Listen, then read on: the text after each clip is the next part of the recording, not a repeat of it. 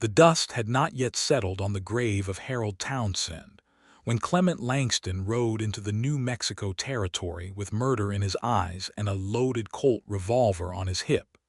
And it was the dead man's own widow who stepped off that porch and stood between him and the front door before he could so much as raise his knuckles to knock. The year was 1883, and the territory of New Mexico was a land still raw at its edges, where the law wore a tin star, but sometimes the tin was thinner than the men who carried it.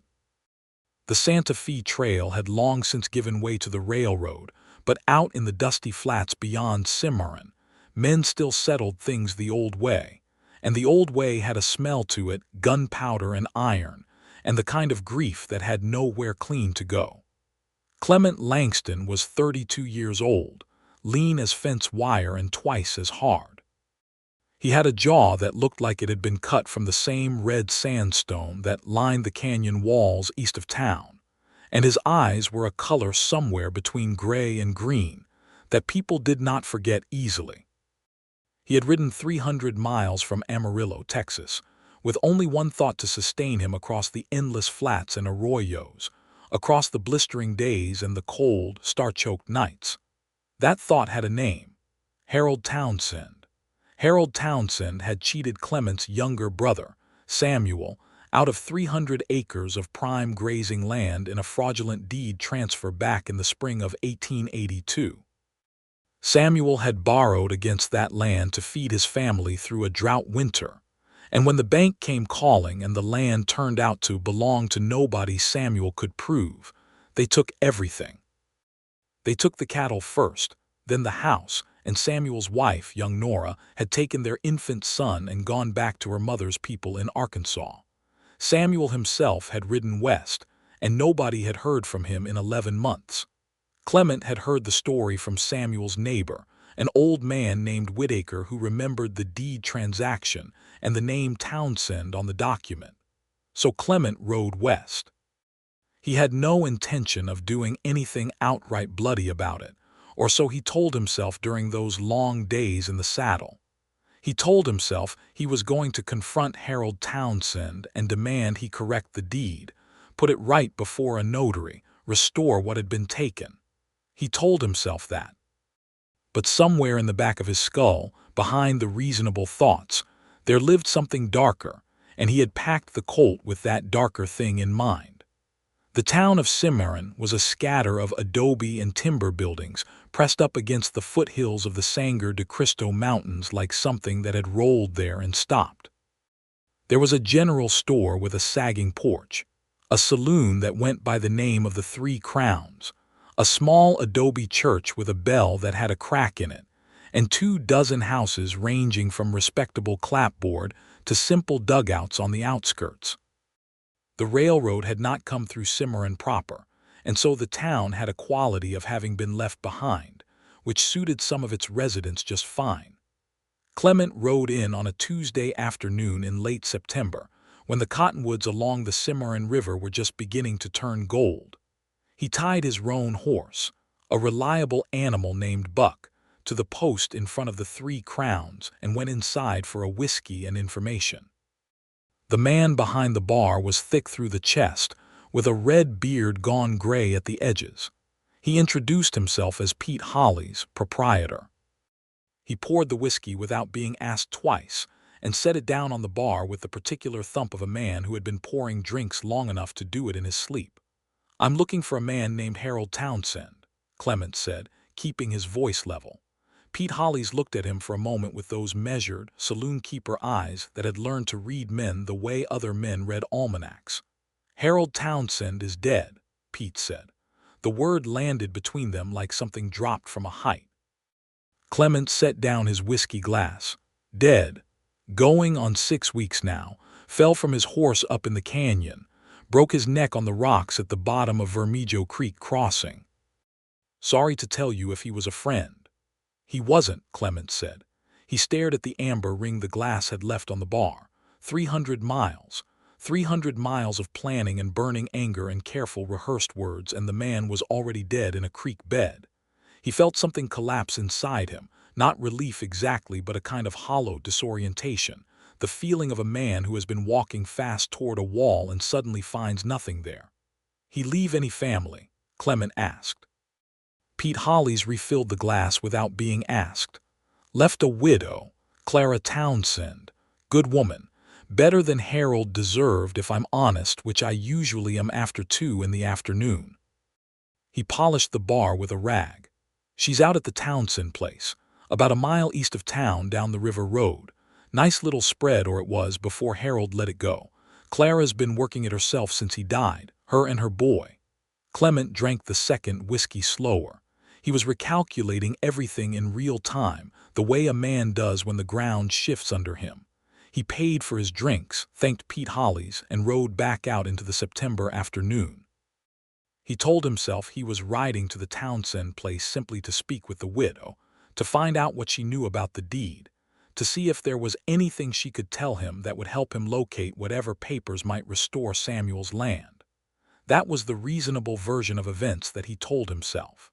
What he did not expect, riding down the river road with the cottonwoods blazing gold on either side and the smell of the Cimarron River cool in the air, was Clara Townsend. She was standing in the yard when he came around the bend in the road, and she was not doing anything that ought to have stopped a man's breath in his chest.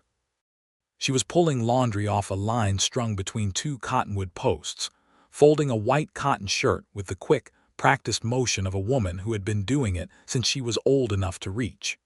She was wearing a dark blue dress with the sleeves pushed up to her elbows, and her hair, which was the color of dark honey, was pinned up at the back of her neck with what looked like a tortoiseshell comb, though a few strands had come loose and curled against her cheek in the afternoon breeze.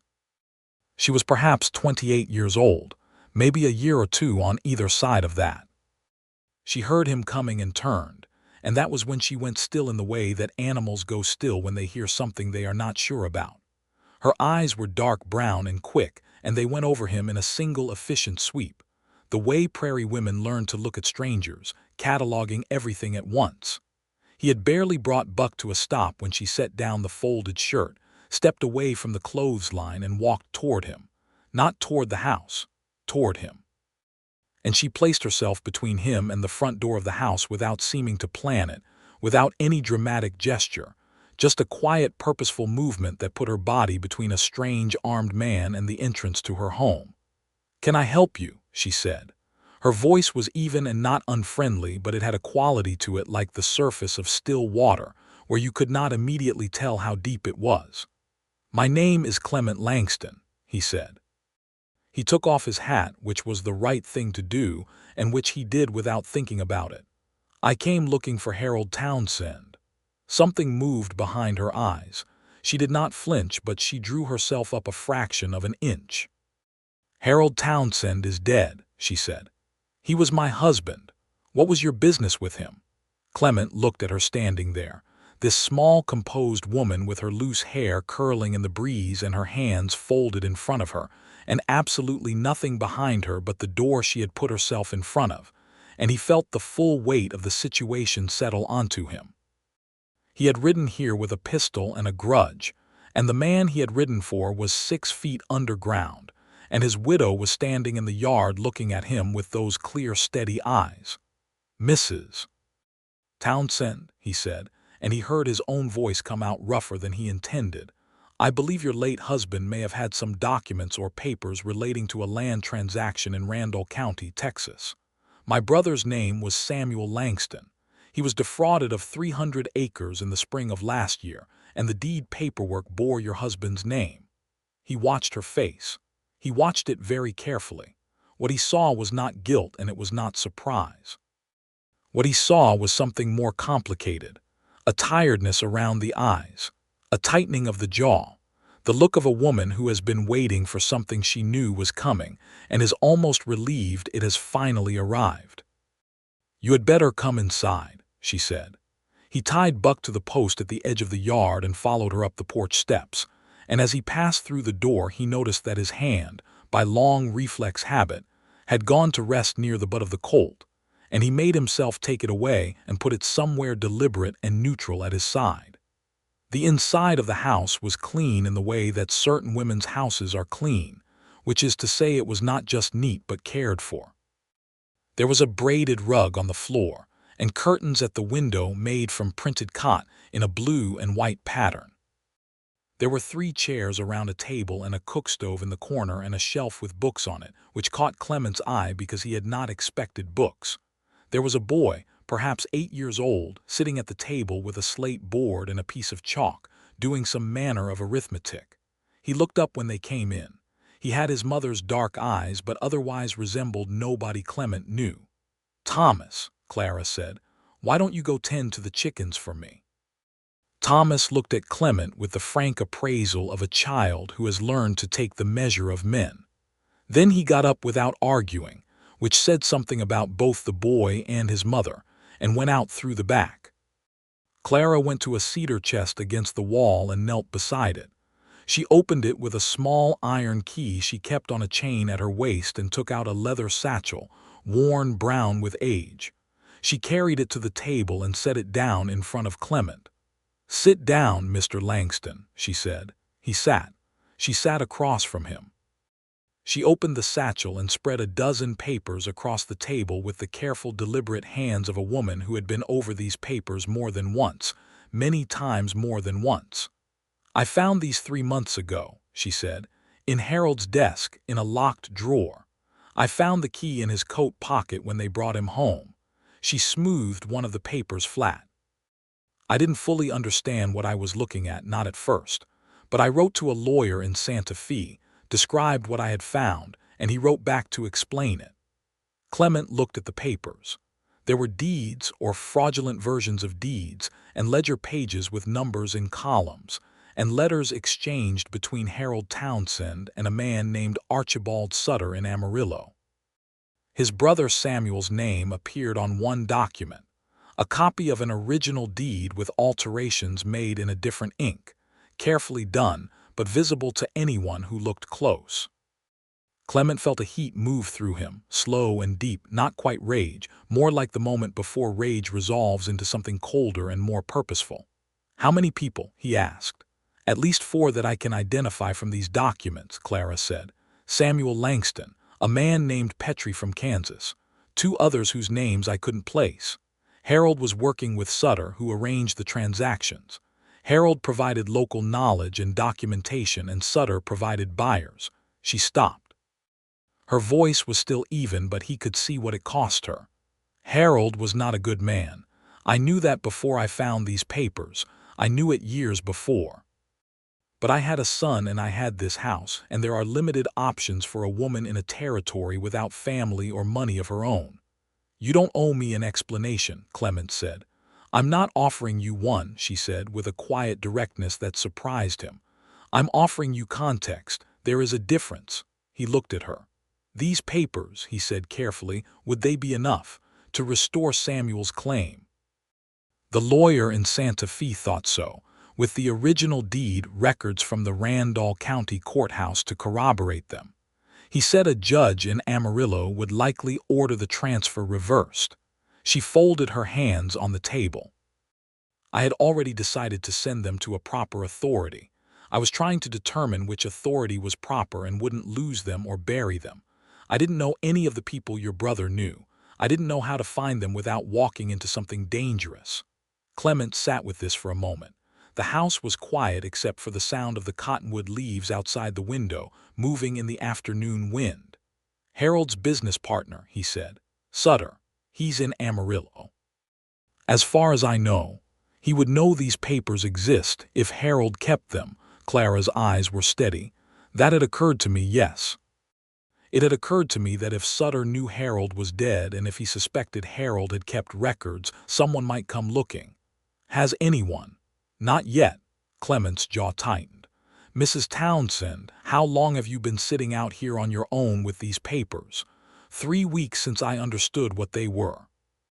He looked at her for a long moment, this woman with her careful composure and her dead husband's crimes spread across her kitchen table and her son out back tending chickens, and he felt something shift in his chest, a realignment of something that had been fixed in one position for too long. "I'll take them to Santa Fe myself," he he said. "To the lawyer. What's his name?" "Cornelius Abbott on Palace Avenue." She looked at him with those measuring eyes. "Why would you do that? You came here looking for a fight, Mr. Langston. You didn't come here to be helpful." He could have argued with that, but it was so precisely accurate that arguing felt dishonest, and something in her directness made him feel that dishonesty would be particularly inadequate. "I came here looking for justice," he said. The shape of it changed, that's all. Something almost warmed in her expression. Not quite a smile, not yet, but the possibility of one. "And if Sutter decides to send someone out here before you can get to Santa Fe?" Clement looked at her. He looked at the papers on the table. He looked at the door behind him and the window with its cotton curtains moving in the breeze, and he made a decision that he did not examine too closely because if he examined it he might question it, and he did not want to question it. "Then I'll stay until it's handled," he said. She should have said no to that. It was the sensible thing to say, and Clara Townsend was, as Clement would come to learn, an exceptionally sensible woman. But she had been sitting on a powder keg for 3 weeks with no one to help her understand which way to run if it went off, and Clement Langston, whatever his original intentions had been, was sitting across from her with honest eyes and a six-shooter, and had just offered her the thing she needed most, which was not romance or rescue, but simply another capable person willing to stand in the same place. "The barn needs mending on the south wall," she said at last. "If you're going to stay, you might as well be useful." He almost smiled at that. He caught it before it got very far, but she saw it, and she looked quickly away at the papers, and he thought he saw something that might have been the beginning of a smile on her side too, before she smoothed her face back to careful. He slept in the barn that first night, on a bed of hay with his saddle for a pillow and Buck shifting quietly in his stall nearby. And he lay awake for a long time listening to the coyotes call across the dark, and thinking about a woman with dark honey hair and steady eyes who had put herself between him and a door without a moment's hesitation. The next morning he rose before the sun and fixed the south wall of the barn with lumber he found stacked along the north interior wall, using a hammer and nails from a wooden box on the workbench. He worked steadily, and with the practiced ease of a man who had built and mended things before, and when Clara came out at first light to milk the 2 brown cows in the back stall, she found the wall already half done. She stopped and looked at the repair for a moment, then at him, and then she went to the cows without saying anything. But she had brought 2 cups of coffee on a tin tray and left one on the workbench for him, and he thought that was as much acknowledgement as he was going to get and found that it was sufficient. Thomas appeared at the barn door while Clement was nailing the last board, watching with that particular boy's interest in hammering and construction. "You know how to shoot?" the boy asked. "Thomas," Clara said from behind the cow. "It's a fair question," Clement said. He set another nail. "Yes, I know how to shoot. My father said he knew how to shoot, but he was actually not very good," Thomas said, with the devastating frankness of 8-year-old boys everywhere. "He missed a rabbit once from 10 feet. "Thomas," Clara said, and this time there was a different quality to it. "It's all right," Clement said. He looked at the boy. "Being honest about a man's faults doesn't mean you didn't love him." Thomas considered this with the gravity of a child working through something difficult. "I think I mostly was scared of him," he said quietly. The barn was very still for a moment. Clara's hands had stopped moving against the cow's flank. Clement put the hammer down and did not say anything, because some things did not need a response so much as they needed a witness, and the most useful thing he could do was simply be one. That evening Clara made a supper of beans and salt pork with cornbread, and she set a place at the table for Clement without making any announcement about it. Thomas talked through most of the meal about a horse he had seen 2 weeks prior at the corral behind the livery stable in town, a black and white paint that he described with the reverence ordinarily reserved for religious visions. "Could be a good cow horse if it's broke right," Clement said. Thomas stared at him. "Do you know horses?" "I know horses the way a fish knows water," Clement said. Thomas turned to his mother with an expression that was clearly a request.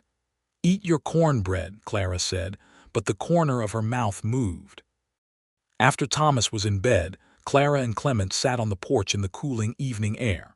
The sky over the mountains was doing extraordinary things, going from rose to deep violet to a darkness packed full of stars, and the smell of the river was on the air, cool and clean, carrying with it the sharp, sweet smell of the cottonwoods. "Tell me about your brother," Clara said. Clement was quiet for a moment, looking out at the dark. "Samuel is 4 years younger than me.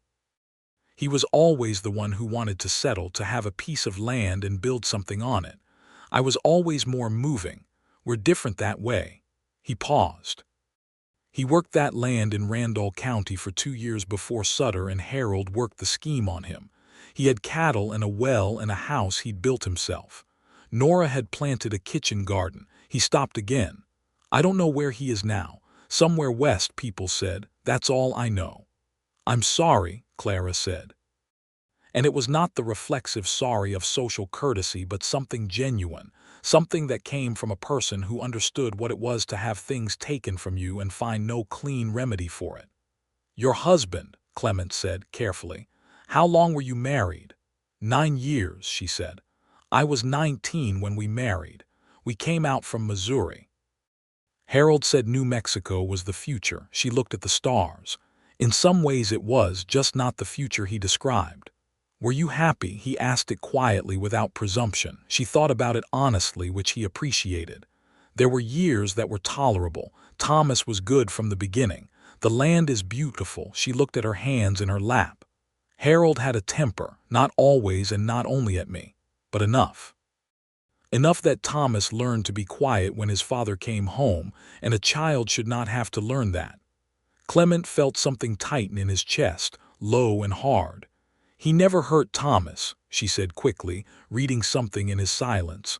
"Or not badly. He was rough with him sometimes. He was rough with everything." She straightened. "I don't want your pity, Mr. Langston. I always managed." "I know you did," he said. "I'm not pitying you. I'm angry on your behalf, which is different." She looked at him then directly, and he held the look. The night was full of crickets and the distant sound of the river and the soft movement of leaves. "You're a strange man," she said.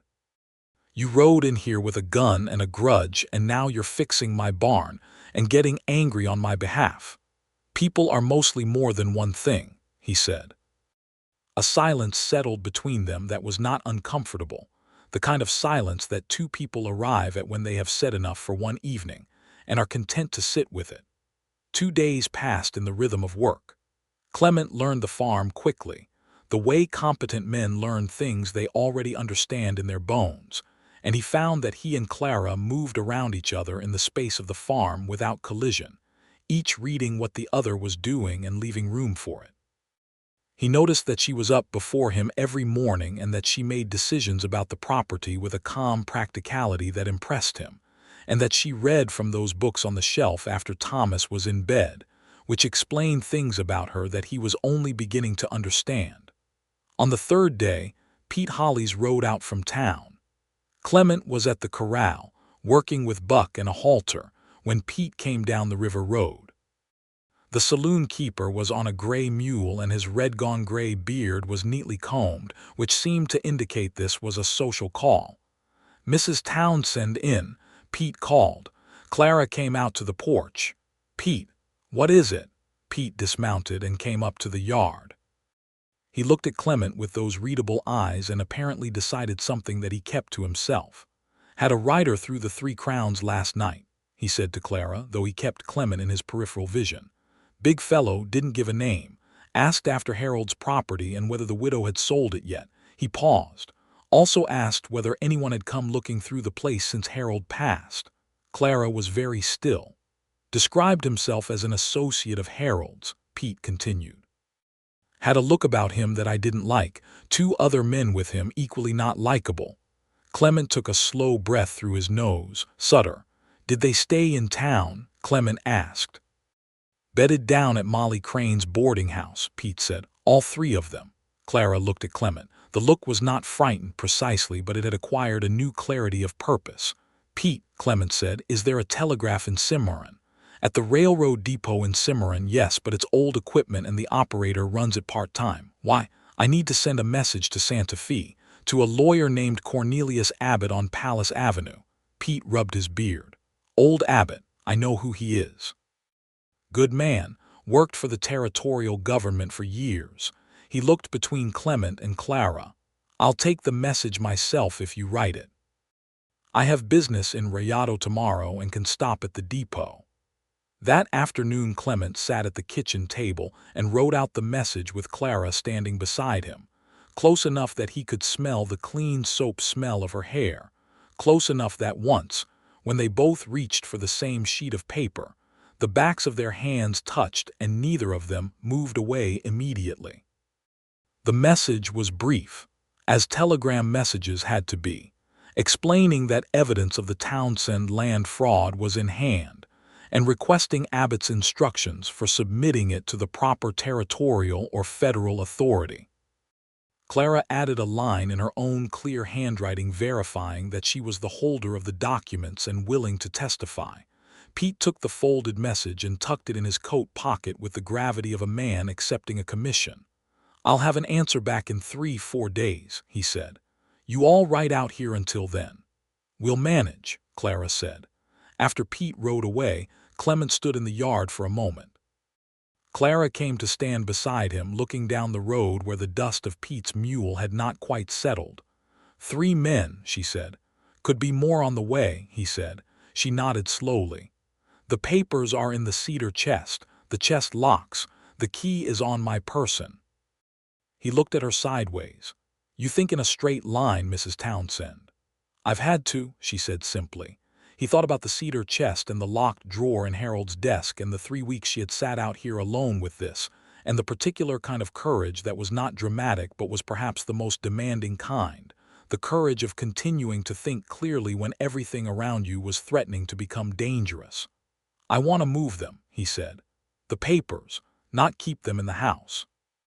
She thought about this. The barn. I was thinking the old chicken coop, the one you're not using anymore against the east fence. Nobody would look there first. She considered it. The moisture. I'll wrap them in the oilskin I keep in my saddlebag. She nodded. They did it that evening after Thomas was in bed, in the silver light of a 3/4 moon, moving quietly across the yard.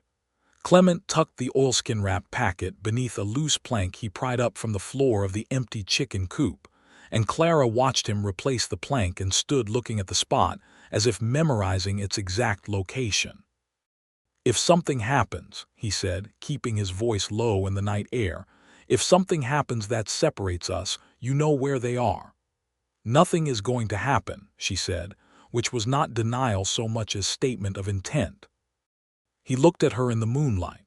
Her hair was loose tonight, not pinned up as it was during the day, and it fell to her shoulders and caught the silver light and made something happen in his chest that he categorized carefully as admiration and let it rest there. The next morning a horse appeared at the edge of the property. It came from the east down the river road at a slow walk, and there was a man on it who was not any of the 3 men Pete had described, a thin man in a canvas coat who pulled up at the gate and called out. Clement came out of the barn with a deliberate, unhurried step, positioning himself between the rider and the house. Help you, Clement said. Looking for the Townsend place, the rider said.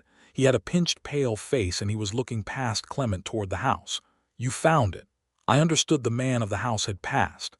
He did, Clement said. He kept his voice conversational and his hands loose and visible, which communicated several things simultaneously to someone who knew how to read them.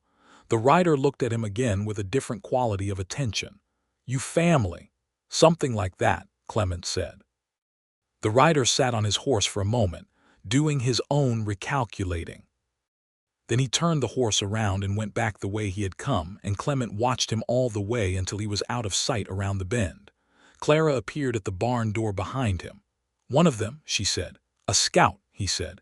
They'll know now there's a man on the property. Does that make things better or worse? Better, probably. Men like Sutter prefer easy targets. A defended property with witnesses nearby is less appealing. He paused. But it won't hold them off forever.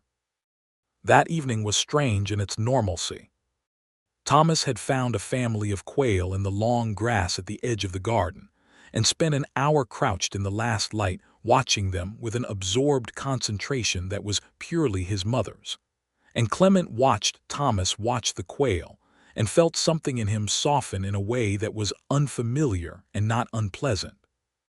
Clara made supper of roasted chicken with cornmeal mush and preserved peaches from a jar, and she said grace before the meal in a quiet, clear voice, and Clement sat with his head bowed and thought about Samuel and thought about luck, both the bad kind and the other kind.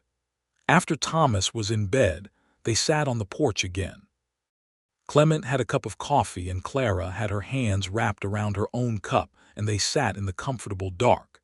And he found himself telling her about growing up in East Texas with Samuel, about their father's farm, and the hard years after the war when everything was uncertain, and they had raised themselves as much as they had been raised.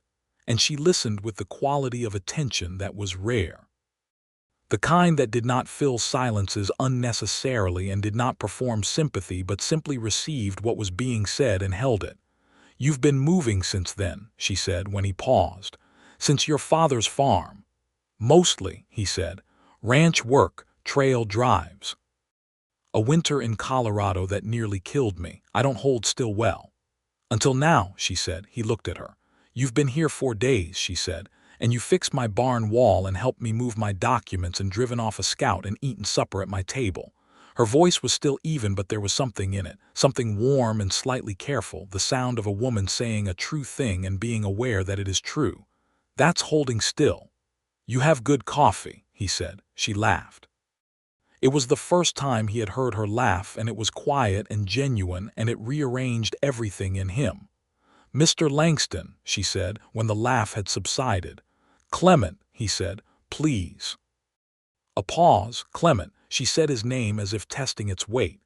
"I need you to know that whatever help you give here, I don't consider myself in your debt. I'm grateful, but I intend to stand on my own feet when this is over. Thomas and I have this land, and I intend to keep it." "I know you do," he said. "I wouldn't expect anything else of you." She looked at him. "Most men would expect something."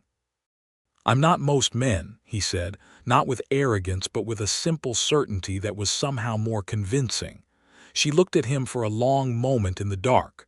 "No," she said at last, "I don't think you are." The reply from Cornelius Abbott in Santa Fe came on the 4th day, delivered not by Pete but by a young man on a spotted horse who turned out to be Pete's nephew, sent ahead because Pete himself had stopped to deal with some business involving a fence dispute at the Rialto Road.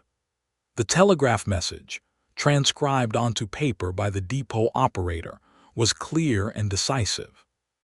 Abbott had already been in contact with the United States Marshal's office in Santa Fe regarding the Townsend land fraud, having received a preliminary inquiry from a Kansas lawyer representing one of the other defrauded parties. The papers Clara held were critical, and Abbott was sending a deputy marshal and a notary north to Cimarron within the week to collect them and take sworn statements. In the meantime, Clement and Clara were to secure the documents and report any interference to the local sheriff.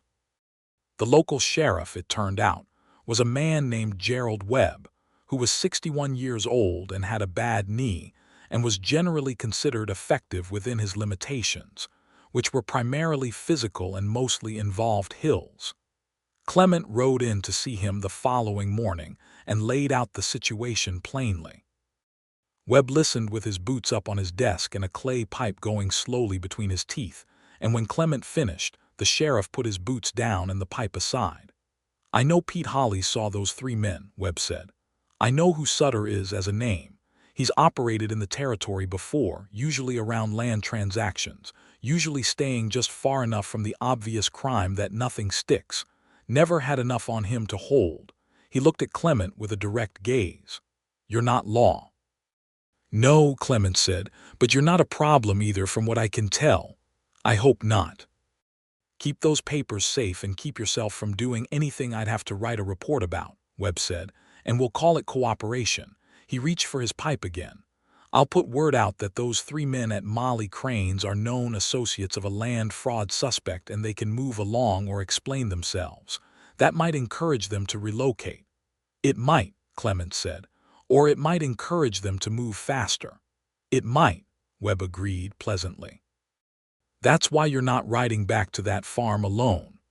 Webb sent a young deputy named Calvin Ross with Clement, a man of 25 with a serious face and a methodical way of moving that suggested reliability. Calvin took up a post near the barn, which he shared with Clement's roan, and took the matter with the gravity of a man who understood that a good territorial deputy was worth more than a dramatic one. With Calvin on the property, the days found a different rhythm. Clara seemed to breathe slightly easier, though she would not have admitted it directly. She went about the farm with the same quiet efficiency she always brought to it, and she and Clement found themselves working together in the way of people who have been in each other's company long enough to develop a shared language of gesture and timing. On the 6th day, Clara was in the garden pulling the last of the autumn squash when Clement came around the corner of the house from the woodpile, carrying an armful of split logs, and he nearly walked into her. She turned at the sound of him, and they were very close, closer than they had been, close enough that he could see the details of her face that he had been cataloging in his mind without quite meaning to. The faint line at the corner of her left eye, the way her bottom lip was slightly fuller than the top. He stepped back to give her room. She did not step back. "You looked like you were thinking very hard just then," she said, and her voice was lighter than usual, a warmth in it that had not been there the first day. "I was counting logs," he said, which was not entirely true. "You had an expression that was too serious for log counting," she said. "I'm a serious man." "I've noticed," she said. "I've also noticed that when Thomas told you about the paint horse at the livery, you had a different expression entirely, considerably less serious." He was quiet for a moment, the logs balanced in his arms. "He's a good boy," Clement said. "Smart." "He thinks you're remarkable," Clara said. She said it simply, looking at him. "He's 8, Clement said. 8-year-olds think anyone who can hit a nail on the head is remarkable. He asked me last night if you were going to stay," she said. The afternoon was very quiet around them. A jay screamed somewhere in the cottonwoods and then went quiet. "What did you tell him?" Clement asked. Clara looked at him steadily. "I told him I didn't know, that it wasn't my decision to make." She paused. "Is it? Is it something that could be decided, or is it a man who's going to ride on when this is done and take his good intentions with him?" Clement set the logs down on the woodpile and stood up and looked at her directly, the way she always looked at him, without any of the usual evasions. "Clara," he said, and using her name for the first time felt like stepping over a threshold that had been standing open for days. "I'll tell you honestly. I came out here with nothing but anger and a horse and a direction. I don't have a place. I don't have land or money past what's in my saddlebag. I have no right to be asking anything of you." "I didn't ask you to ask anything," she said quietly. "I know, but I want to." He looked at her. "I want to ask things, eventually. When this is settled, and when you've had time, and when there's ground under both of us that's stable.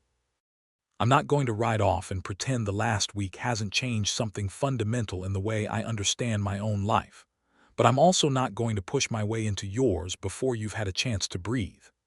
She was looking at him with an expression that was open and careful and something else, something that a person with experience in such matters might have recognized as the earliest, most tentative form of love, which is not yet fully itself, but is already unmistakably what it will become. "You are a strange man," she said again softly. "You said that already," he said. "It's still true," she said. She picked up her basket of squash and walked back toward the house, and he watched her go, and he felt something in his chest that was warm and large and slightly terrifying, and he thought that if the deputy marshal took his time getting up from Santa Fe, Clement Langston would not object to it. The trouble came on the 8th day, which was a Thursday. Clement had ridden into town early to pick up supplies that Clara had needed, flour and salt and lamp oil, and he was just tying Buck to the post in front of the general store when he saw them. The big man Pete had described, with 2 others flanking him. They were at the far end of the main street near the 3 Crowns, and they were not looking at Clement. Not yet. But the big man, who Clement correctly identified as Sutter on instinct and confirmation from the cut of the man, the expensive coat and the expensive boots, and the face of someone who had learned to use other men's muscle instead of his own, was pointing down the river road. He was pointing in the direction of Clara's farm. Clement left the supplies and went directly to the sheriff's office. Webb was already at his desk. He listened to Clement's 30-second summary and was on his feet before it was done, calling for Calvin Ross by name. "Go," Webb said, looking at Clement. "Get back to the farm. Calvin and I will come around the south road and cut them off before they get there, or deal with them if they've already arrived. Don't do anything that puts the documents at risk." Clement was already out the door. He rode Buck at a pace he did not usually push the horse to, and Buck, who was a good horse and understood urgency, did not complain about it. The river road was empty ahead of him, and he rounded the bend to the farm at a lean, bringing Buck up short in the yard. The yard was empty. The house door was open. His stomach went hard and cold. "Clara," he called, and was off the horse before it fully stopped. She came to the door. She was alive and standing, and her expression was the one she wore when she was being very deliberately calm. "3 men on the south fence," she said quietly as he came up the porch steps. "They've been there about 10 minutes. I haven't gone out to them, and I told Thomas to stay in the back room." He stepped inside and went to the window. He could see them through the cottonwoods. Sutter and his 2 men on horseback, moving along the fence line toward the gate. They had come around from the south. "The papers," he said. "Still in the chicken coop," she said. "I didn't move them." He turned to look at her. "Good. Webb and Calvin are coming on the south road. They should arrive within minutes." He looked at the door and made a decision. He went out to the porch. He stood on the porch steps where he could be clearly seen, and he waited. Sutter rode through the gate with his 2 men and came across the yard at a walk. He was perhaps 50 years old, with a broad, fleshy face and small, pale eyes that moved constantly, assessing. He looked at Clement, and the assessment was rapid and professional.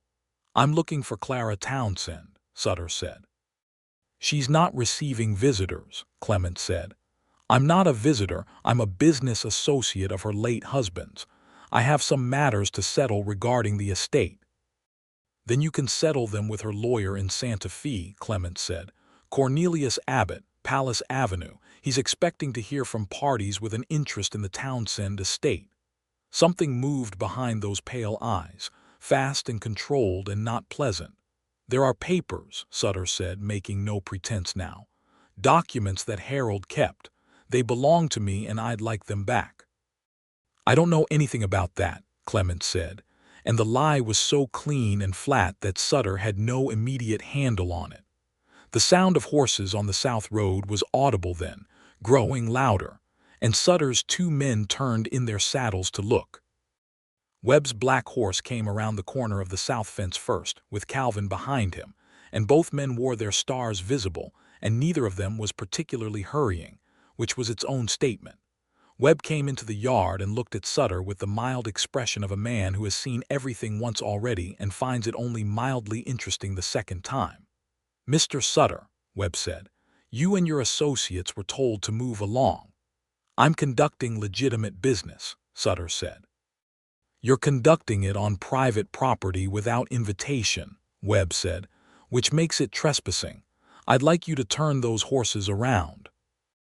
There was a long moment where the yard was very quiet, and the cottonwoods moved in the light breeze, and Clement stood on the porch steps and kept his hands loose at his sides, and looked at the man he had ridden 300 miles to reach, and found that the anger, the dark, consuming anger that had sustained him across those miles, had mostly burned itself out into something more purposeful and less personal.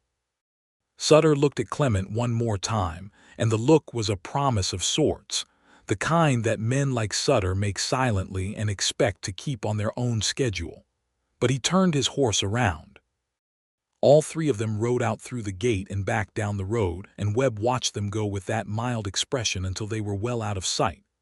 "I'll escort them to the county line personally," Webb said.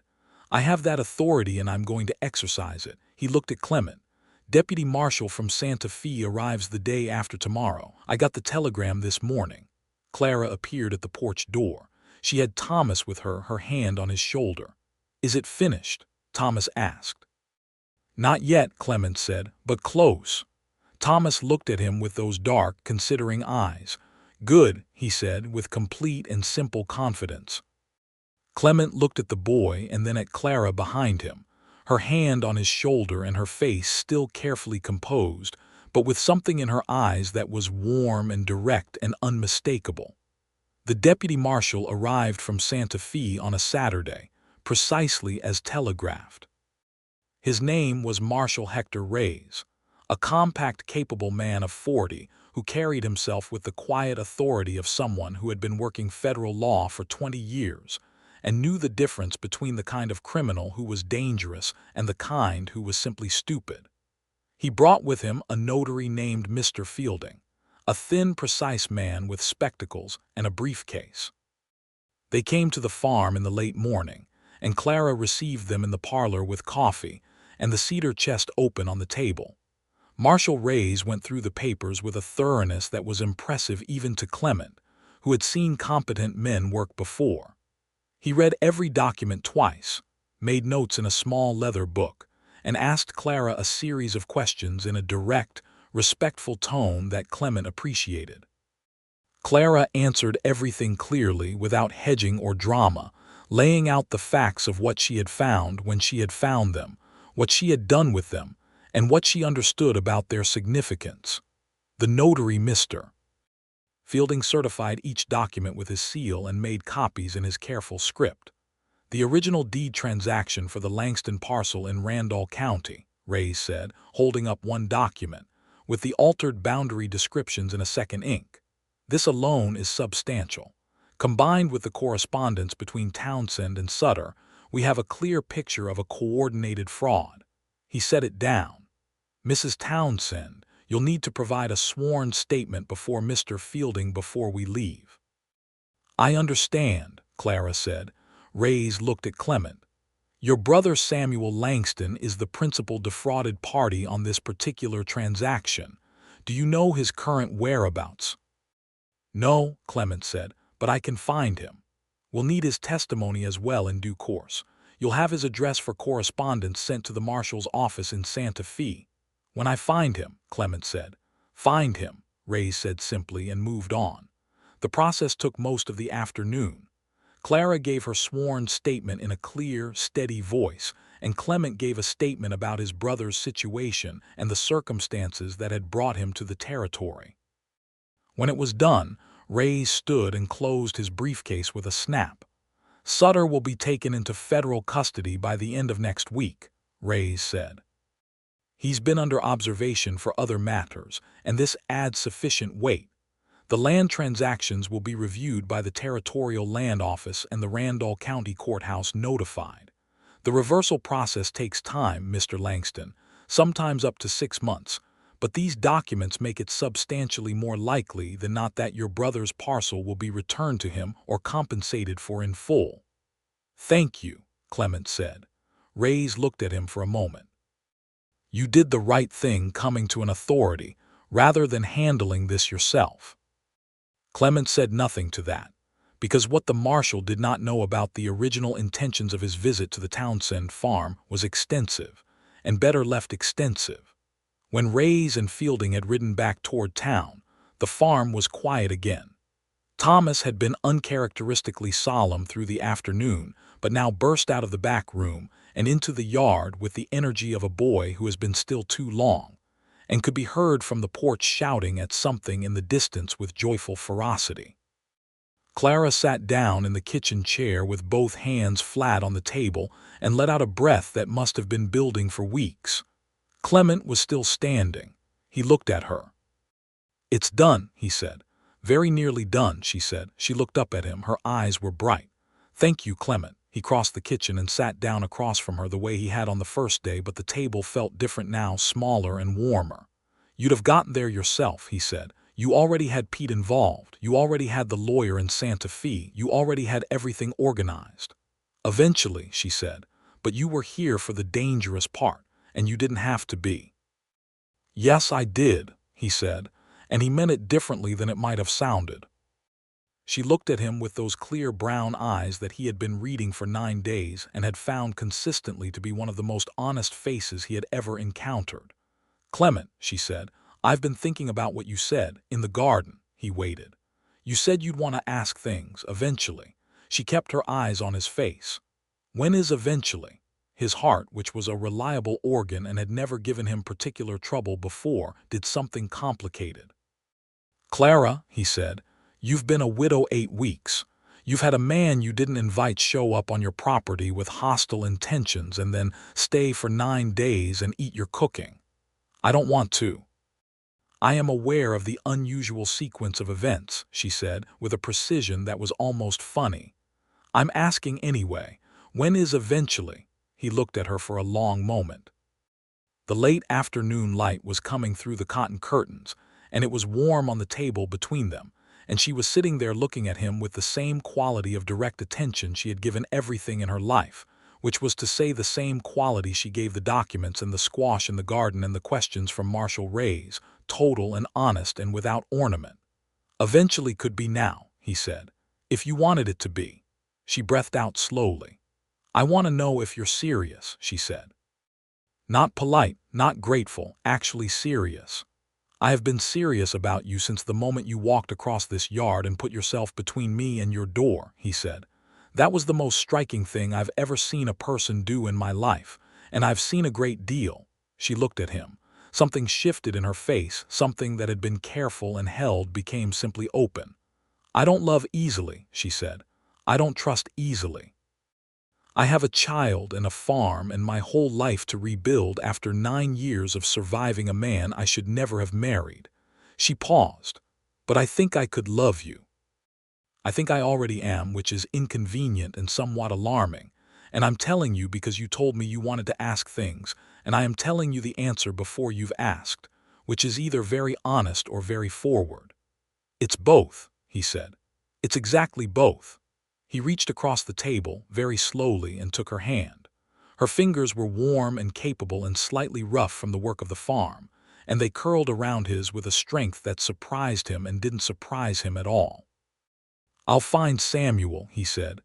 "I'll see that the land matter is fully resolved, and then I'd like to come back here if you'll have me, properly, with time and patience and no assumptions." "And if I say yes to coming back," she said, "what does that mean for you? You said yourself you don't hold still well." "I think," he said carefully, "that might be because I was always moving towards something I didn't know I was looking for. I don't feel the need to move right now." Her thumb moved across his knuckles, just once, just barely. "Thomas would be insufferable if you came back," she said. "He'd want to go look at that paint horse every day." "That's a fair price," Clement said. She smiled then fully for the second time in his presence, and it was as he had begun to suspect. The smile rearranged everything in the room, every proportion and every light source, and he sat in it the way a man sits in the first warmth of March after a long winter and feels his bones unknot. He left 3 days later. Calvin Ross had gone back to Webb's office. Pete Hollis came by to say he was glad the matter was resolved. Clara packed Clement's saddlebag with cornbread and dried venison, and a small jar of peach preserves wrapped in a cloth, and she did it without sentimentality, but with the particular care that was its own language. Thomas was in the yard when Clement brought Buck to the gate. The boy was trying very hard not to look like a person who was sad about something, which meant he looked exactly like a person who was sad about something. "I'm going to find my brother," Clement said to him, crouching down to the boy's level, "and then I'm coming back." Thomas considered this. "How long?" "A few months," Clement said. "Maybe 3, maybe 4. That's a long time." "I know." "Will you write?" Thomas asked. "My mother reads me letters." "I'll write," Clement said, "and you could write back, if you wanted." Thomas thought about this with the full gravity of his 8 years. "I want to tell you about the Quayle family," he said. "They're still in the long grass. There are babies."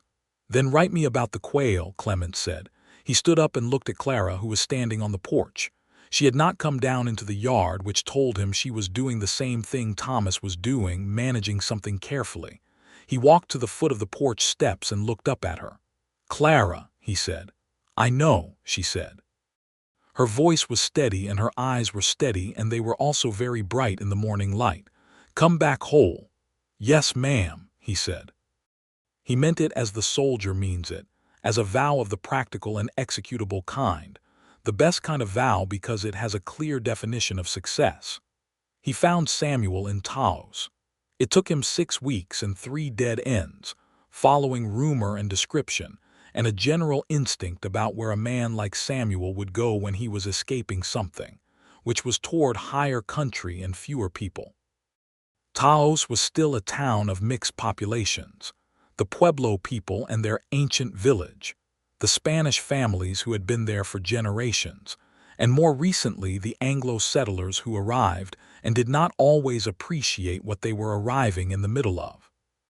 It was a town with a complicated dignity, and Clement found it beautiful in the way of places that have been lived in long enough to have real character. Samuel was working at a livery stable on the edge of town, and when Clement rode in on a November afternoon with snow on the peaks above the town and the air sharp and clean, Samuel was in the corral working with a gray mare. He looked up and saw Clement and went very still. They were brothers who had grown up without much demonstration of feeling, not from lack of it, but from the particular stoicism of men who learn to move through difficulty without advertising their inner states. But Clement got off his horse, and Samuel came through the corral gate, and they embraced the way men embrace when they have been frightened for each other across a long distance, briefly and hard, and without any words for a moment.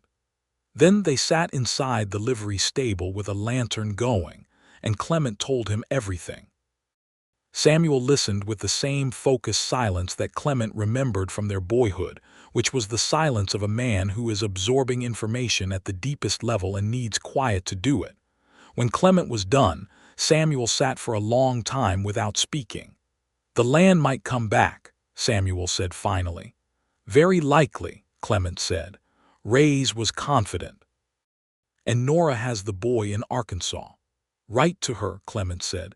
"Tell her what's happening. Let her know there might be something to come back to." Samuel looked at his hands. They were the same hands as Clement's, large and scarred and capable. "She might not want to come back after all of it." "Write to her and find out," Clement said. "She married you. She wants to know you're alive and that things might be righted." Samuel nodded slowly. Then he looked at Clement with the slightly sideways observation of a younger brother who has known his older brother his entire life. "You sound different," he said. "What happened to you out there in the territory?" Clement looked at the lantern. "I met someone," he said. Samuel's expression did something that on another man might have been a grin. On Samuel it was more restrained. "Harold Townsend's widow," he said.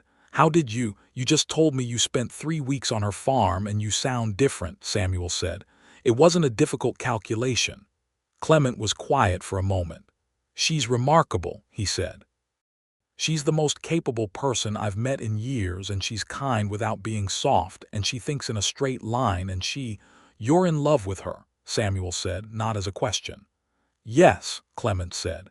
He said it simply, the way you say a true thing when you're done pretending it isn't true. "I'm going back." "Good," Samuel said. "Then don't sit here too long." Clement spent 2 weeks in Taos. He helped Samuel write to Nora in Arkansas, a careful, honest letter that explained everything, the land fraud and the likely restitution and Samuel's situation and his hope. He helped Samuel send a formal statement to Marshal Reyes's office regarding the Randall County fraud. He rode up to the Pueblo one afternoon with Samuel and stood at a respectful distance at the edge of the ancient multi-level structure rising against the blue sky, understanding something about duration and endurance that the landscape was teaching without words. He thought about Clara and her farm and her cedar chest of evidence, and the way she had managed 3 weeks of danger entirely alone, and he thought that endurance was perhaps the most fundamental quality of people who survived the West and built things worth keeping. He wrote to Clara 3 times from Taos. The first letter was a report on Samuel's situation, practical and informative, with a brief paragraph at the end that was personal and slightly clumsy, in the way of men who are new at writing things they feel clearly but express with difficulty. He wrote that Thomas should watch the quail carefully because spring birds often nested in different locations than fall birds, and the family might relocate. The second letter was longer and contained more of himself in it. He wrote about Taos and the mountains and Samuel's gray mare. He wrote about a conversation he'd had with an old man outside the livery who had lived in the territory for 40 years and had watched 3 different governments claim authority over the same land, and who regarded all of them with the benign patience of someone who knew that empires were temporary, but rivers were not. He wrote at the very end that he thought about her farm and the cottonwoods turning gold in her face in the morning light in the kitchen, and that he thought about all of it constantly. The third letter was a single page. It said that he was coming back in December, before Christmas if the roads allowed, and that he intended, when he arrived, to say certain things in person that were inadequately served by paper and ink, and he hoped she was amenable to hearing them. Clara's letters to him were shorter but not less weighted. The first said that the Quayle family had moved, precisely as he had predicted, to a spot behind the woodpile, which Thomas considered an excellent development since it was closer to the house. She reported that Pete Hollies had organized a brief celebration at the Three Crowns when word spread that Sutter had been taken into federal custody in Albuquerque, a fact confirmed by a notice in the territorial newspaper. She said she was glad his brother was found. The second letter was longer and had a quality to it that was warmer and more unguarded. She wrote about the farm in winter, the way the mountains went white above the foothills, and the river ice formed at the edges in the mornings, and Thomas had convinced her to let him have a puppy, a small brown hound that he had named Marshall Ray's, which Pete Hollies found hilarious. At the very end she wrote, I think about you at odd moments, while fixing the fence, while reading in the evening. I am not sure what to do with this information, except to pass it along. Clement read that last line 4 times, and then carefully folded the letter and put it in his saddlebag in the pocket where he kept the things he did not want to lose.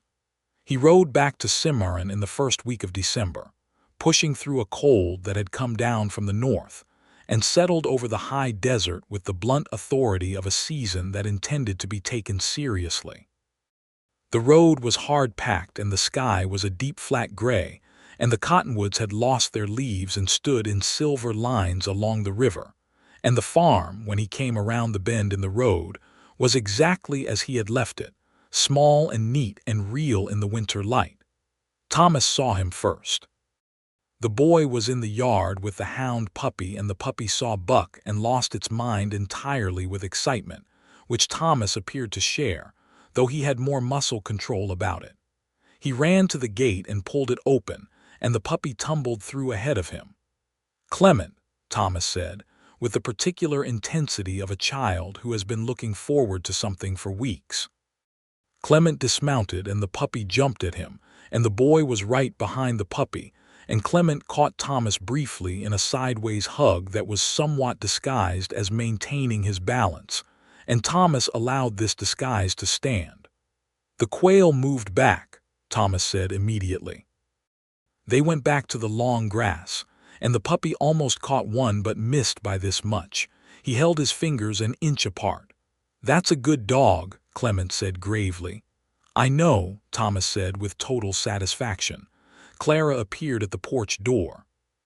She had come to the door when she heard the puppy carrying on, and she was standing there with her hand on the doorframe, and she had not yet put her winter coat on, and her dark honey hair was down, loose around her shoulders, and she looked at him the way someone looks when they have been expecting something and it has arrived and is real. He walked to the porch. You came back, she said. I said I would. Men say a great many things, she said softly. I know, he said, but I meant it. She looked at him for a long moment in the cold December afternoon. Then she stepped down from the porch and stood in front of him, closer than she had been in the garden, close enough that he could see everything clearly. What did you want to say, she said. In person. That was inadequately served by paper and ink. He took a breath. The cold air was clean and sharp, and the puppy was racketing around the yard, and Thomas had tactfully gone to chase it, and the world had reduced itself to this particular 10 feet of hard New Mexico ground. "I want to be here," he said. "Not visiting. Not helping with a problem and then riding on. I want to be here on this farm with you and Thomas, and I want to have the right to be here that comes from something real and deliberate." He looked at her steadily. "I know you've been alone and managing alone and that you're good at it. I'm not asking because I think you need me. I'm asking because I need to be wherever you are, and I think that's the beginning of the only thing worth building." Her eyes were very bright. "Are you asking me to marry you?" she said. "Yes," he said. "I'm asking you to marry me, with time if you need time, but yes." She looked at him. The wind moved through the bare cottonwoods and carried a little snow on it, the first snow of December, small dry flakes that caught in her hair. "I don't need very much time," she said. "I've had 10 weeks to think about it." He looked at her. "Ask me again," she said, "properly." He took her hands in both of his. They were warm even in the cold. "Clara Townsend," he said, "will you marry me?" "Yes," she said. "Clement Langston, I will." He kissed her. It was the first time, and it was not tentative. It had waited long enough to have some depth to it, and she kissed him back with the same direct quality that characterized everything she did, without pretense or performance, just fully and genuinely. And the snow came down around them in the December yard, and somewhere behind them the hound puppy named Marshall Rays barked at something in the long grass. Thomas appeared from behind the woodpile. He had clearly been watching, which he clearly did not consider any kind of intrusion. "Does this mean you're staying?" he asked. Clement looked at the boy over Clara's shoulder. "Yes," he said, "this means I'm staying." Thomas looked at his mother. "Can we go see the paint horse tomorrow?" Clara turned, wiping her eye quickly with the back of her hand in a way that she clearly felt was not visible, which it completely was. "Yes," she said. "We can go see the paint horse tomorrow." Thomas held the puppy up toward them as if presenting a gift. The puppy licked Thomas on the chin and then tried to lick Clement, who was now crouching to allow this. They were married in January, at the small adobe church with the cracked bell, on a Sunday when the sky was a blue so intense and clean it seemed almost audible. The bell rang despite its crack, which Pete Holly said was either a good sign or just physics, and the minister, a quiet man named Father Andrews who had been at the church in Cimarron for 11 years, read the service in the warm interior with a dozen people gathered, including Pete and his wife, Sheriff Webb and his deputy Calvin Ross, and an older couple named the Garcias who farmed the adjacent property and had kept a careful eye on Clara through the fall without making it obvious. Clara wore a dress of deep green wool that she had made herself in the weeks since December, which Clement thought was one of the more beautiful things he had ever seen. He wore his best clothes, which were clean and well-pressed, and he stood beside her at the front of the church and held her hand, and said the words that the minister told him to say, and meant every single syllable of them with a completeness that he recognized as the feeling of a man who has found the correct direction, and is finally, clearly, walking in it. Thomas sat in the front pew with the solemnity of a boy given an important role. He had been given the ring to hold, a simple gold band that Clement had purchased from the jeweler in Cimarron, and he produced it at the exact correct moment with the focused concentration of someone who had practiced this in his room. After the service there was a gathering at the Three Crowns, though Pete closed the bar side for the occasion and opened the back room, which he had apparently done before for occasions that required it, and there was food and music from a fiddle player whose name was Eli Briscoe and who could play anything requested, and several things nobody had requested but everybody enjoyed. Clara danced. Clement had not known she danced, and he watched her cross the floor with Mrs. Garcia for the first figure of a reel, and felt the smile take over his face with an authority he made no attempt to resist. Then she came and took his hand and pulled him into the next figure, and he danced badly but willingly, and she laughed, that quiet, genuine laugh, and he thought it was the best sound he had heard in his life, and planned to spend a considerable number of years generating it. The news from Samuel came in February, a letter with 3 pages in Samuel's measured, deliberate handwriting. The Territorial Land Office had confirmed the reversal of the fraudulent deed transaction, and the Randall County Courthouse had issued a restored title to the Langston parcel. The restitution process had involved the proceeds from a bond Sutter had posted when he was held in federal custody, and Samuel had received a portion of compensation for the 2 years of lost income and the cattle. Nora had received Samuel's letter in Arkansas and had written back. She was coming. She and the boy, who was now 2.5 and named James, were coming west in the spring. Samuel's letter ended. I would like you to meet them. I would like to meet your wife. Bring her when you can. Clement read the letter to Clara at the kitchen table in the morning, the same kitchen table where everything had begun, and when he finished she sat with her coffee cup in both hands and her eyes were calm and warm. We should go to Taos in the spring, she said, all 3 of us. Thomas would like the mountains, Clement said. Thomas would like anything that involved horses and open country, Clara said. Which is most things, fortunately. She paused. I'm glad about Samuel. I'm glad it was put right. He looked at her. It wouldn't have been without you, those papers, what you chose to do with them. She shook her head slightly. I chose to do what was right. Most people don't, he said. When doing what's right is dangerous and inconvenient, most people look away. She looked at him steadily. I didn't have Harold's talent for looking away, she said simply. I sometimes wished I did. It would have been easier. She sipped her coffee. But easier was never what this territory offered. He reached across the table and took her hand, as he had the first time. And the kitchen was the same and yet entirely different, changed by all the months in between into something with weight and warmth and permanence. Spring came to the Cimarron Valley in the unhurried way of high country springs, the snow retreating up the mountains by degrees, while the lower slopes went green, and the cottonwoods leafed out in a yellow-green so bright it was almost shocking after the long silver winter.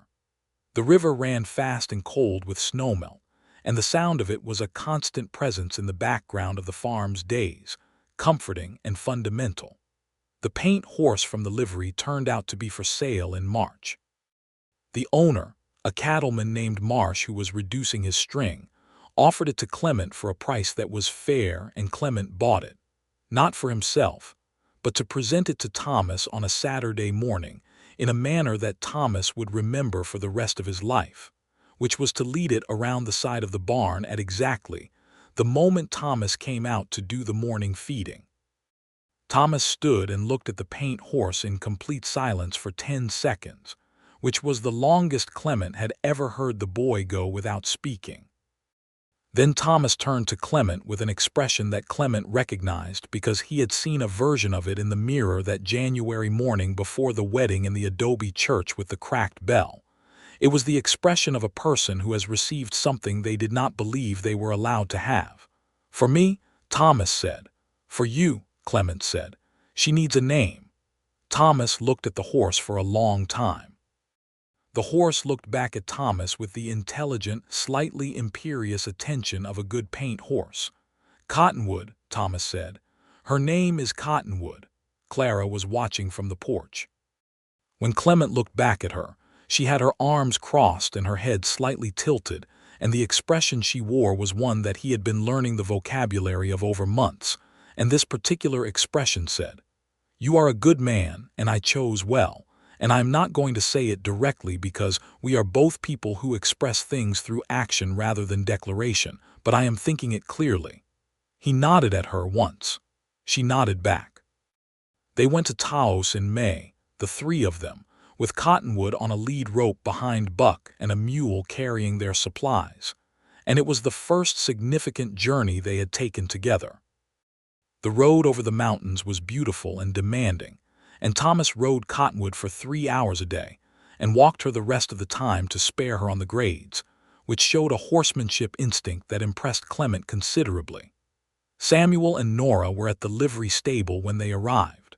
Nora was a small, fair-haired woman with a direct gaze, and the look of someone who had come a long distance in every sense and was prepared for whatever came next. James, 2.5, viewed the world from the security of his mother's hip with cheerful curiosity. The brothers embraced in the stable yard with the same brief hard grip as before. Then Clement introduced Clara, and Clara offered her hand to Nora, and Nora took it, and the two women looked at each other in that first measuring moment that women have, and whatever passed between them in that moment seemed to satisfy both parties, because Nora smiled and Clara returned it fully. Samuel looked at Clement over the women's heads with an expression that was the silent equivalent of everything he might have said at length, which was everything, the relief and the gratitude and the particular pleasure of a younger brother who sees his older brother finally arrive somewhere worth being. Clement was 32 years old and had been moving for more than a decade and had arrived in the New Mexico territory at the age of 32, at the thing he had been moving toward without knowing it. The days in Taos were easy and full. They rode out to see the pueblo, and Clement stood with Thomas at the edge of the great structure, and told the boy what the old man had told him about duration and rivers, and Thomas listened with his full attention in the way that Clara listened, which told Clement something important about the transmission of character between a mother and her child. They ate at a table with Samuel and Nora in the evenings, the adults talking easily across the food and James, and the young hound asleep in a pile in the corner.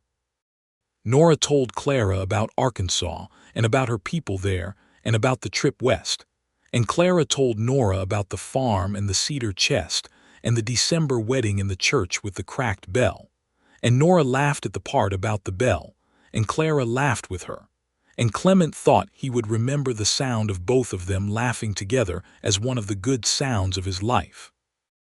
On the last evening before they rode back to Cimarron, Clement and Samuel sat outside the livery in the warm May night, the Taos mountains dark against the stars above them.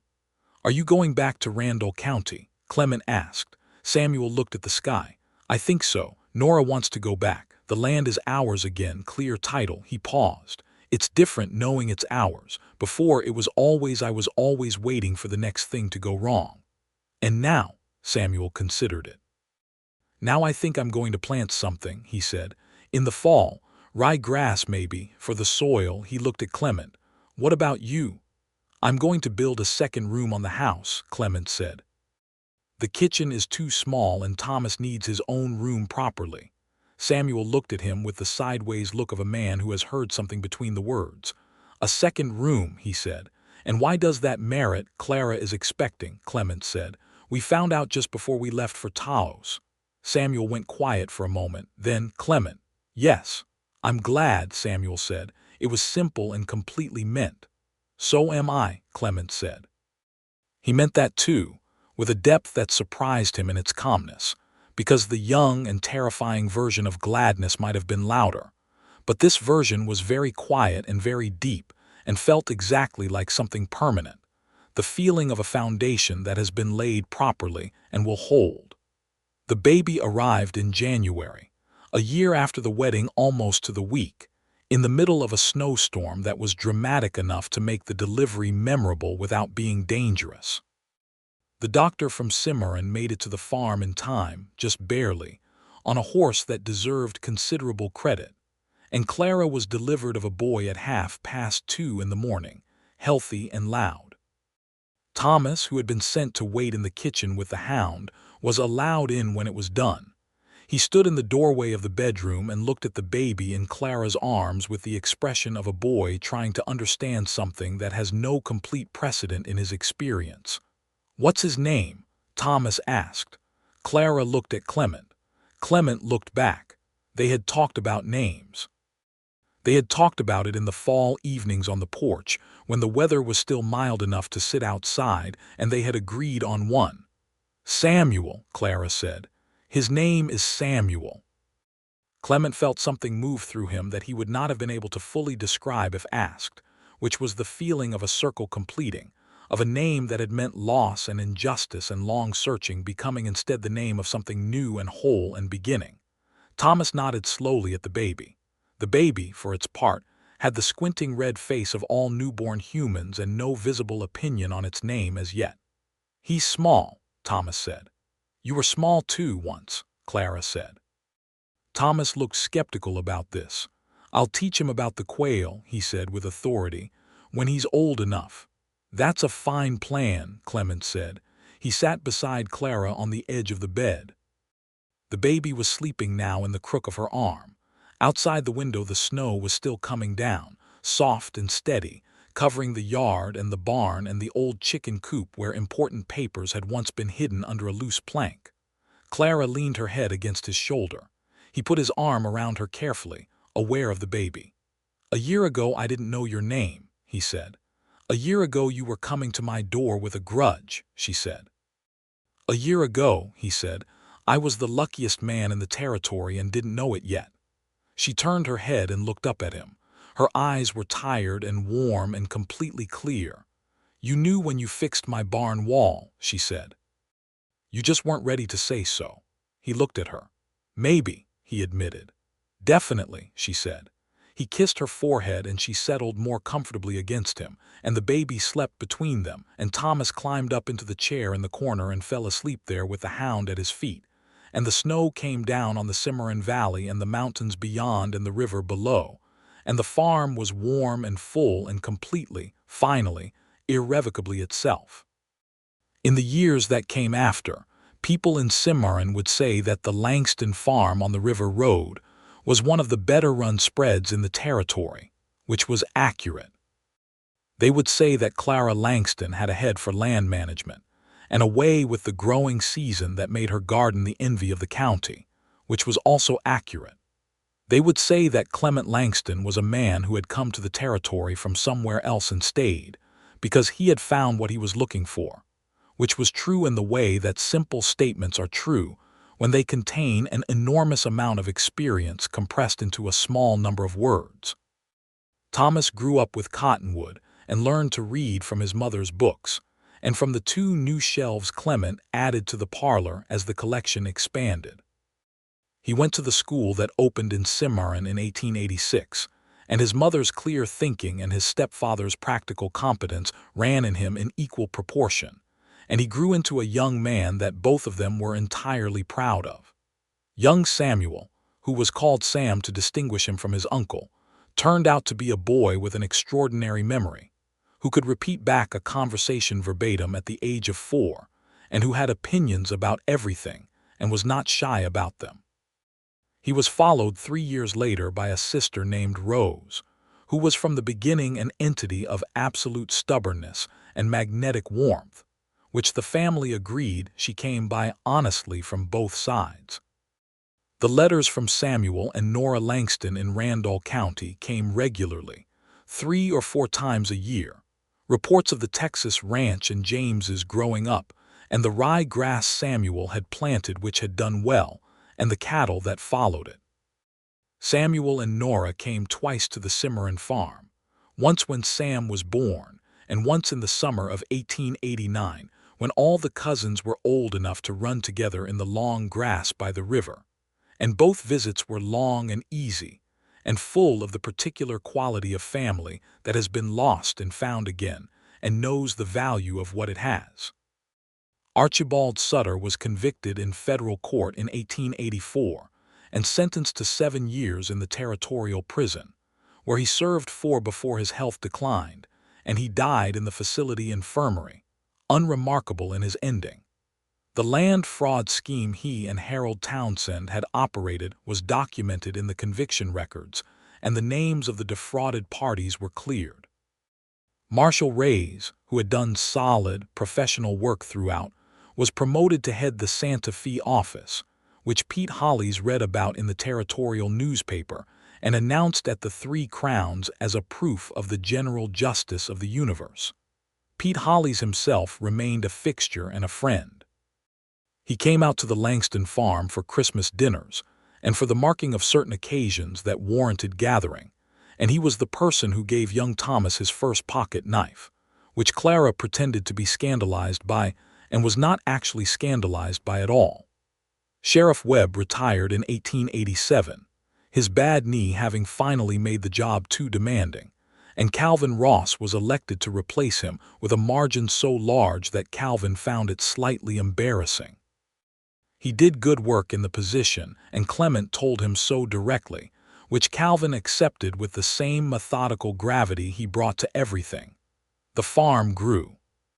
Clement added the second room that first winter, and then a proper parlor the following year, and eventually a second story that contained 2 bedrooms for the children, one that Thomas shared with Sam until Thomas was old enough to want his own, at which point a partition was added that Thomas himself helped build.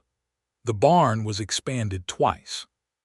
The garden Clara planted in the first spring of their marriage became by the end of the decade something magnificent. A full kitchen garden and an orchard of 3 apple trees and 2 pear trees that she tended with the patience of a person who understands that some things require years to give their full return. Clement learned the farm the way he had learned everything in his life, completely and by doing. He was good with the cattle and better with the horses, and he and Thomas trained Cottonwood together through that first spring into a horse of exceptional quality, responsive and brave, which Thomas showed in the county gathering in 1884 and won a ribbon that he kept on the wall of his room until it faded to near invisibility. Clara and Clement sat on the porch of an evening throughout all the years that came. It was the thing they had started without naming it, those first September evenings when the stars were loud above the valley and the coyotes called across the dark, and they had never stopped. Even in winter, briefly, in heavy coats, with coffee going cold in their hands, they sat outside for a little while before the cold drove them in, because the porch was where they had first found each other in the slow, patient way that people who are worth finding must be found, carefully and in increments, with honesty on both sides. On an October evening in 1890, the cottonwoods along the river turning gold in exactly the way they had been turning the afternoon Clement first rode down the river road toward the farm. They sat in the familiar chairs, and the air was cool and clean and smelled of river and wood smoke.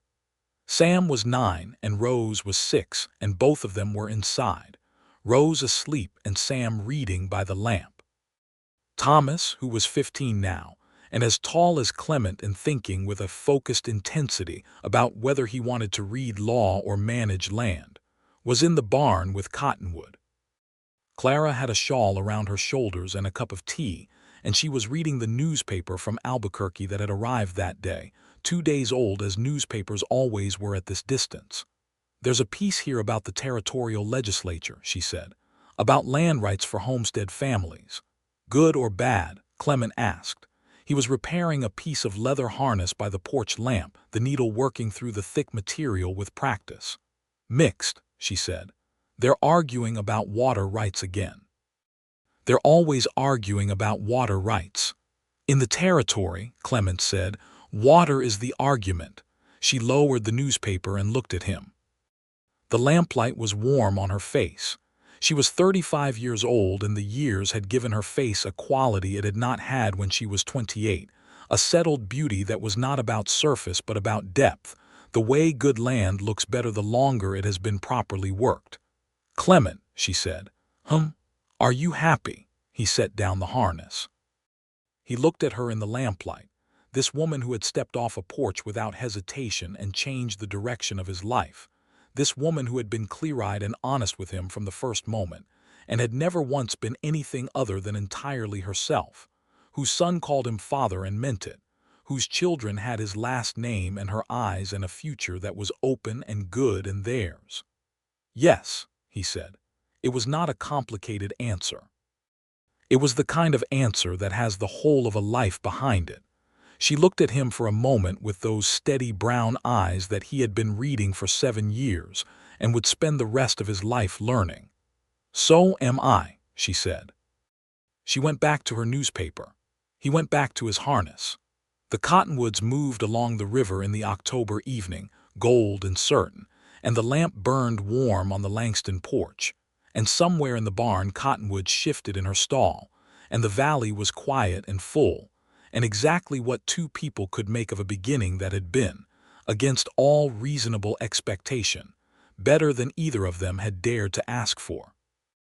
The cracked bell at the adobe church rang for the Sunday service the following morning, as it always did, its imperfect voice carrying across the rooftops and out along the river road to where the Langston family was already preparing the wagon for the drive into town, 3 children arguing amiably about the order in which they would sit, and 2 people in the front seat of that wagon who had arrived at each other from opposite directions and found, in the dust and the difficulty and the particular demanding beauty of the New Mexico territory in 1883, something that held.